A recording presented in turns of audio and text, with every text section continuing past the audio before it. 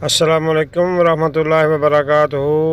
مسجد نبوی شریف کے خطبہ جمعہ کا اردو ترجمہ یوٹیوب چینل دنیا و دین پر پیش کیا جا رہا ہے۔ تمام تعریفیں اس اللہ کے لیے ہیں جس نے ہمیں غیبت، چغل خوری، بہتان تراشی اور برائی کے کاموں سے منع فرمایا، اور میں گواہی دیتا ہوں کہ اللہ تعالیٰ کے سوا کوئی معبود برحق نہیں، وہ تنہا ہے، اس کا کوئی شریک نہیں۔ جس نے اپنے بندوں کو بھرپور نعمتوں سے سرفراز کیا تو وہی حمد و شکر اور ذکر و تذکرے کا سزاوار ہے، اور میں گواہی دیتا ہوں کہ ہمارے نبی و سردار محمد صلی اللہ علیہ وسلم اس کے بندے اور رسول ہیں، جنہوں نے امت کی خیر خواہی کی، انہیں واعظ و ارشاد کیا، ان کی رہنمائی کی اور انہیں نصیحت و تذکیر بھی کی۔ اللہ تعالیٰ آپ صلی اللہ علیہ وسلم پر، آپ کی آل اور صحابہ کرام پر رحمتوں کا نزول فرمائے، ایسی رحمتیں جو پاکیزہ اور ہمیشہ برسنے والی ہوں، جب تک رزق کی تلاش میں رہنے والا باغ دوڑ کرتا رہے اور اس کے لیے پیش قدمی کرتا رہے۔ حمد و صلات کے بعد مسلمانوں تقوی کو اپنے لیے توشہ آخرت بنا لو، اپنی آخرت کو ہمیشہ اپنا مطمع نظر بنا لو، اپنی زندگی کو اطاعت الہیہ سے معمور رکھو۔ وہ بات جو آپ کو صحیح راستے کی طرف رہنمائی کر دے وہ اس خواہش نفس سے بہت بہتر ہے جو آپ کو بہکا ڈالے۔ اور ارشاد باری تعالیٰ ہے، اے لوگو جو ایمان لائے ہو، اللہ سے ڈرو جیسے اسے ڈرنے کا حق ہے، اور تم ہرگز نہ مرو مگر اس حال میں کہ تم مسلمان ہو۔ مسلمانوں، عقل و شعور، طہارت نفس اور قوت ایمان کی علامت یہ ہے کہ انسان اپنی زبان کی حفاظت کرے۔ جس کا دل درست ہوگا اس کی زبان بھی درست ہوگی۔ غیبت سے بچنا، غیبت سننے سے اعراض کرنا، اس پر رضامند نہ ہونا نیک لوگوں کی عادت اور خصلت ہے۔ جو عذاب الہی اور برے حساب سے ڈرتے ہیں وہ نہ کسی کی غیبت کرتے ہیں اور نہ اپنی موجودگی میں کسی کو بھی غیبت کرنے دیتے ہیں، کیونکہ اس کا انجام بہت برا ہے۔ یہ کینے کپٹ کا باعث اور اخوت و بھائی چارگی کو بگاڑنے کا سبب ہے۔ فلاس رحمہ اللہ فرماتے ہیں، میں نے وکی کو کبھی کسی کا برا تذکرہ کرتے نہیں دیکھا۔ ابو عاصم فرماتے ہیں، مجھے جب سے پتہ چلا کہ اللہ تعالیٰ نے غیبت کو حرام قرار دیا ہے تب سے میں نے کسی مسلمان کی غیبت نہیں کی۔ سہل بن عبداللہ فرماتے ہیں، صدیقین یعنی سچے لوگوں کے اخلاق میں یہ شامل ہے کہ وہ اللہ تعالیٰ کی قسمیں نہیں ایسے اٹھاتے، کسی کی غیبت نہیں کرتے، اور نہ ہی ان کے پاس کسی کی غیبت کی جاتی ہے۔ بعض علماء نے یہ بھی فرمایا کہ ہم نے سلف صالحین کو پایا کہ وہ روزہ رکھنے اور نماز پڑھنے کو اتنی بڑی عبادت نہیں سمجھتے تھے، بلکہ لوگوں کی عزت دری سے باز رہنے کو بہت بڑی عبادت سمجھتے تھے۔ ایاس بن معاویہ بن قرہ فرماتے ہیں، سلف صالحین کے ہاں افضل شخص اسے سمجھا جاتا تھا جو ان سب میں سے دل کا صاف اور سب سے کم غیبت کرنے والا ہوتا۔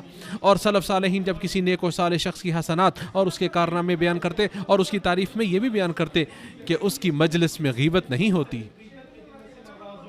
اور عبداللہ بن ابی زکریا دمشقی اپنی مجلس میں کسی کی غیبت کو پسند نہیں کیا کرتے تھے، اور کہا کرتے تھے کہ اگر تم اللہ تعالیٰ کا ذکر کرو گے تو ہم تمہاری مدد کریں گے، اور اگر تم لوگوں کی باتیں کرو گے تو ہم تمہیں چھوڑ دیں گے۔ جب لوگ اسے نہیں دیکھ رہے ہوتے تو بھی زبان درازی سے باز رہتا ہے، اور نہ ہی اس وقت کسی کی عیب جوئی کی جاتی ہے جب وہ لوگوں کے درمیان موجود ہوتا ہے۔ اور غیبت کمینے لوگوں کا کھانا ہے اور گناہوں کی چراگاہ ہے، جیسے کہ ابن کثیر رحمہ اللہ فرماتے ہیں، غیبت بالاجماع حرام ہے۔ قرطبی رحمہ اللہ فرماتے ہیں، بالاتفاق غیبت کبیرہ گناہوں میں سے ہے۔ جو شخص کسی کی غیبت کرے تو اسے اللہ عز و جل سے توبہ کرنی چاہیے۔ غیبت کے بارے میں سخت ممانعت اور شدید وعید وارد ہوئی ہے، جیسا کہ اللہ تعالیٰ کا ارشاد ہے، اور نہ تم میں سے کوئی دوسرے کی غیبت کرے۔ کیا تم میں سے کوئی پسند کرتا ہے کہ اپنے بھائی کا گوشت کھائے جبکہ وہ مردہ ہو؟ سو تم اسے نہیں ناپسند کرتے ہو۔ یعنی جیسے تمہاری طبیعت و فطرت اسے ناپسند کرتی ہے، ویسے ہی شرعی طور پر بھی اسے ناپسند کرو۔ اور عمر بن عاص رضی اللہ عنہما ایک مردہ خچر کے پاس سے گزرے تو اپنے بعض ساتھیوں سے فرمانے لگے، اس مردہ خچر کا گوشت کھا کر پیٹ بھر لینا بہتر ہے کہ انسان کسی مسلمان بھائی کی غیبت کرے۔ اسے ابو شیخ اصبہانی نے روایت کیا ہے۔ سب سے سنگین ترین برائی غیبت اور چغل خوری کی برائی ہے، جو کہ جہنم میں لے جانے کا سبب ہے۔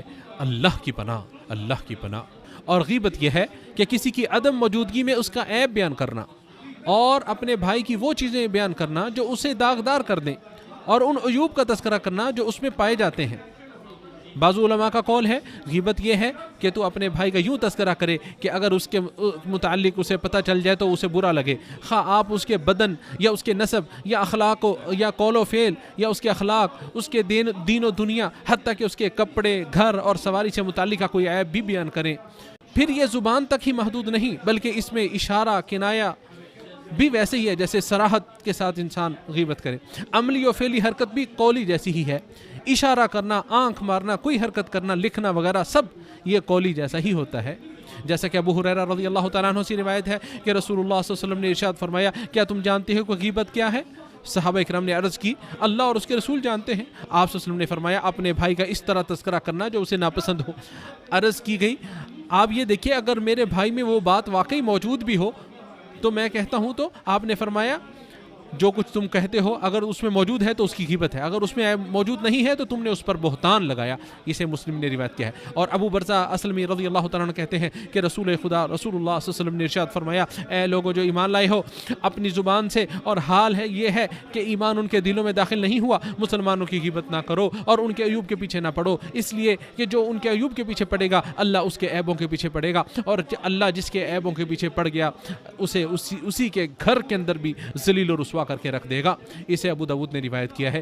ام المؤمنین عائشہ رضی اللہ تعالیٰ عنہ کہتی ہیں، میں نے نبی کریم صلی اللہ علیہ وسلم سے عرض کیا، آپ کے لیے تو صفیہ رضی اللہ عنہ کا یہ اور یہ عیب ہی کافی ہے، یعنی وہ کوتا قد ہے، چھوٹے قد والی ہے. تو آپ صلی اللہ علیہ وسلم نے ارشاد فرمایا، تم نے ایسی بات کہہ دی اگر وہ سمندر کے پانی میں گھول دی جائے تو وہ اس پر بھی غالب آ جائے.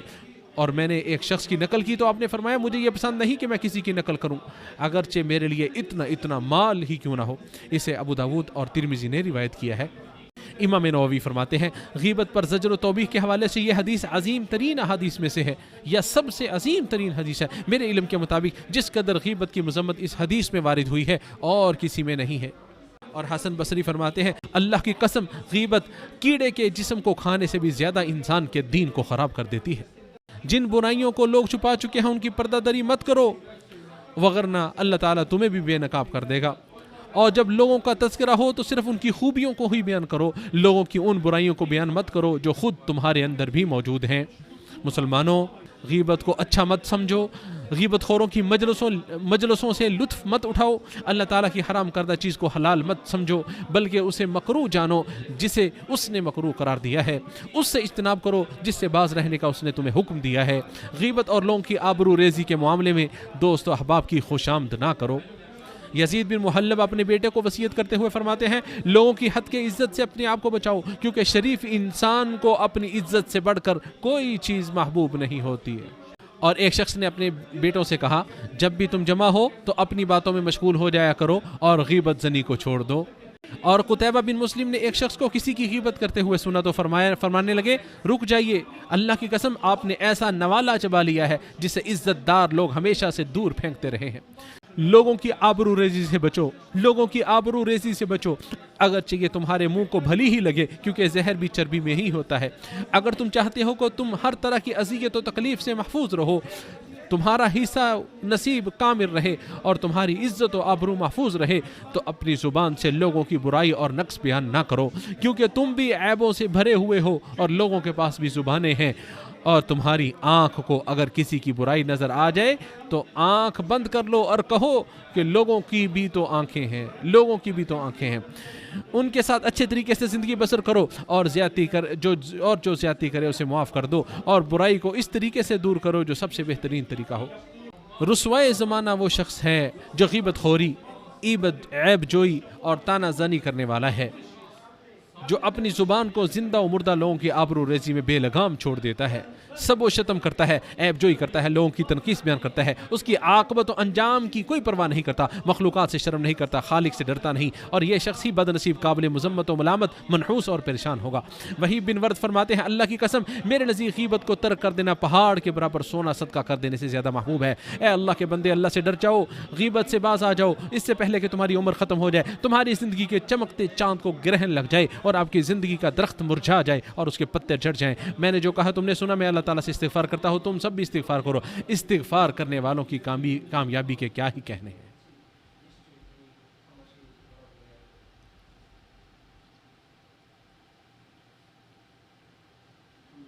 ہر قسم کی تعریف اس اللہ کے لیے ہے جو ہر اس شخص کو پناہ دیتا ہے جو اس کو لطف و کرم کا طلبگار ہوتا ہے. اور میں گواہی دیتا ہوں کہ اللہ تعالیٰ کے علاوہ کوئی معبود برحق نہیں، وہ تنہا ہے، اس کا کوئی شریک نہیں، جو بیماریوں کے علاج سے مایوس لوگوں پر انعام و احسان کرتے ہوئے ان کے لیے دوا اور علاج کا بندوبست کرتا ہے. اور میں گواہی دیتا ہوں کہ ہمارے نبی و سردار محمد صلی اللہ علیہ وسلم اس کے بندے اور رسول ہیں. اللہ ہمیشہ درود و سلام نازل فرمائے آپ صلی اللہ علیہ وسلم پر، آپ کے آل اور صحابہ کرام پر۔ حمد و صلات کے بعد مسلمانوں، اللہ تعالیٰ سے ڈرو اور اس کی نگرانی کا احساس اپنے دل میں ہمیشہ زندہ رکھو، اس کی اطاعت کرو اور اس کی نافرمانی سے بچو۔ ارشاد باری تعالیٰ ہے، اے ایمان والو اللہ تعالیٰ سے ڈرو اور سچے لوگوں کے ساتھ ہو جاؤ۔ مسلمانوں، جو شخص کسی مسلمان کی غیبت سنے تو اسے چاہیے اسے روکے، غیبت خوری کرنے والے کو ڈانٹے، اگر وہ نصیحت قبول نہ کرے اور بات نہ مانے تو اس سے دور ہو جائے اور اس کی صحبت کو چھوڑ دے۔ میمون بن سیاح کسی کی غیبت نہیں کیا کرتے تھے اور نہ ہی اپنی موجودگی میں کسی کو غیبت کرنے کی اجازت دیتے، غیبت خور کو روک دیتے اور اگر وہ باز نہ ہوتا تو اٹھ کر چلے جاتے۔ اے اللہ کے بندے، غیبت سننے سے اپنے کان کی حفاظت کیجیے۔ عمر بن عبید نے غیبت سننے والے سے فرمایا، اپنے کان کو بری بات سننے سے ویسے ہی بچاؤ جیسے بری بات سے اپنی زبان کی حفاظت کرتے ہو۔ غیبت کرنے والے پر توبہ کرنی واجب ہے اور وہ اس طرح کہ پہلے اس پہ مکمل طور پر ترک کرے، اپنے فعل پر ندامت کا اظہار کرے اور آئندہ نہ کرنے کا عزم مصمم کرے۔ علماء کے صحیح قول کے مطابق جس شخص کی غیبت کی ہے اسے مطلع کرنا، اس سے معافی مانگنا اور اس غیبت سے برات طلب کرنا شرط نہیں ہے، کیونکہ مطلع کرنے سے اسے غم لاحق ہونے کا اندیشہ ہے اور ممکن ہے کہ بات لڑائی جھگڑے، نفرت انگیزی، قطع تعلقی، باہمی اعراض اور اظہار رسانی، حزن و ملال اور تلخی اور ناگواری تک جا پہنچے۔ عبداللہ بن مبارک رحمہ اللہ فرماتے ہیں، اسے دوبارہ اذیت میں مبتلا مت کرو، اس کے ساتھ اس زیادتی کے بدلے میں احسان و نیکی کے طور پر اس کے لیے دعا کر دو۔ ہدایت کی راہ دکھانے والے اور تمام مخلوق کی شفاعت کرنے والے نبی احمد مجتبیٰ پر درود و سلام بھیجیں، کیونکہ جو ان پر ایک بار درود بھیجے گا اللہ تعالیٰ اس پر 10 رحمتیں نازل فرمائے گا۔ اے اللہ ہمارے نبی اور آقا محمد صلی اللہ علیہ وسلم پر درود و سلام نازل فرما۔ اے اللہ خلفائے راشدین، اونچی شان والے، بلند مرتبے والے، ہدایت یافتہ ابوبکر، عمر، عثمان و علی اور آپ کے تمام آل و اصحاب اور ان کے ساتھ ساتھ ہم سب سے بھی راضی ہو جا۔ اے کرم کرنے والے، اے عطا کرنے والے پروردگار، اے اللہ اسلام اور مسلمانوں کو غلبہ عطا فرما، شرک و مشرکین کو ذل و رسوا فرما، دین اسلام کے دشمنوں کو نیست و نابود فرما، ہمارے اور مسلمانوں کے ملکوں کے خلاف سازش رچنے والوں کی سازشوں، مکاروں کی مکاریوں، دشمنوں کی عداوت اور حسد کرنے والوں کے حسد سے محفوظ فرما۔ اے تمام جہانوں کے پالنہار، اے ہمارے پروردگار اس شہر کو امن والا بنا دے۔ اے اللہ ہمارے امام اور ہمارے حاکم خادم حرمین شریفین کو اس چیز کی توفیق عطا فرما جس چیز سے تو محبت کرتا ہے اور جسے تو پسند کرتا ہے، نیکی اور تقوی کی طرف ان کی رہنمائی فرما۔ اے اللہ ان کو اور ان کے ولی عہد کو اور تمام مسلم حکمرانوں کو اس چیز کی توفیق عطا فرما جس میں اسلام کی شان و شوکت اور مسلمانوں کی خیر و بھلائی مضمر ہے۔